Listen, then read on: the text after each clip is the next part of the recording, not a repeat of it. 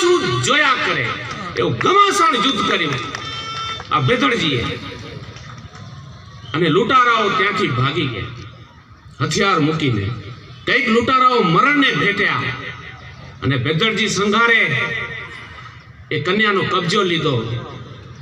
સંશોધન કર્યું, અભ્યાસ કર્યો, તપાસ કરી કે આ દીકરી છે ક્યાંની.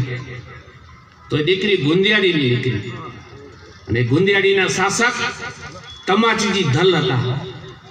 અને ત્યાં એ બેદર સંઘાર ત્યાં જાય છે અને તમાચીજી ધલને મળે છે અને દીકરી સુપ્રત કરે છે.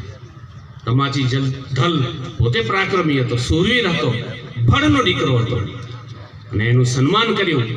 બહુ રાજી થયા. ત્યારે એમણે કીધું કે તમને માગો એ આપું. એમ કીધું મને કાંઈ નથી જોઈતું, મારો જખોતર પદ્ધર છે, મારી સેના છે, મારું લાવ લશ્કર, મારું ભાઈ હું ઝૂકી છું. પણ કે ના, તો એક લંગડી ઘોડી જેટલામાં ફરીને આ વિસ્તારમાં એ બેદડા ગામ એમણે વસાયું. વિક્રમ સંવત 1415 માગસર સુદ એકાદશી સોમવાર તારીખ 27/2/1359 ના દિવસે 667 વર્ષ પહેલા એમણે અહીંયા તોરણ બાંધ્યું.